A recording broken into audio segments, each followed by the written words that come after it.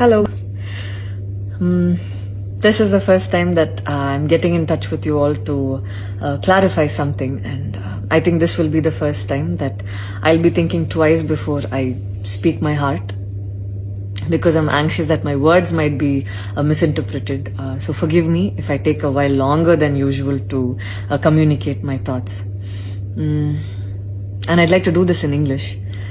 In a recent interview, I was asked if I was a supporter of the left or the right wing, and I clearly stated that I believe I'm neutral, and we need to be good human beings first before we identify ourselves with our beliefs, and that the oppressed need to be protected at any cost.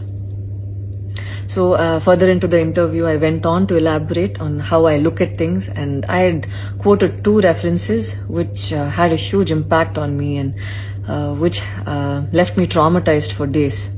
In fact, after I watched the film The Kashmir Files, I had the opportunity to speak with the director, and this was 3 months ago. I remember telling him that I was disturbed seeing the plight of the people at that time, and being someone that I am, I would never belittle tragedy like the genocide and the generations of people who are still affected by it.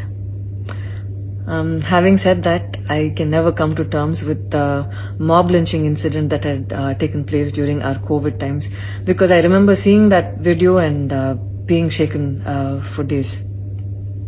I believe that violence in any form is wrong, and violence in the name of any religion is a huge sin. So this is all that I intended to say, and that's all. But it was very disturbing to see that many people online justified the mob lynching incident, and I don't think any of us have the right to take another person's life. Being a medical graduate, I believe that all lives are equal and all lives are important. And I hope a day doesn't come when a child is born and he or she is scared of his or her identity. And I pray that we're not heading towards that, at least. 14 years of my life, my school life, I remember every day going to school and chanting, "All Indians are my brothers and sisters. I love my country and I'm proud of its rich and varied heritage." So maybe it went so deep into my head, and we as children would never differentiated each other based on culture or caste or religion. So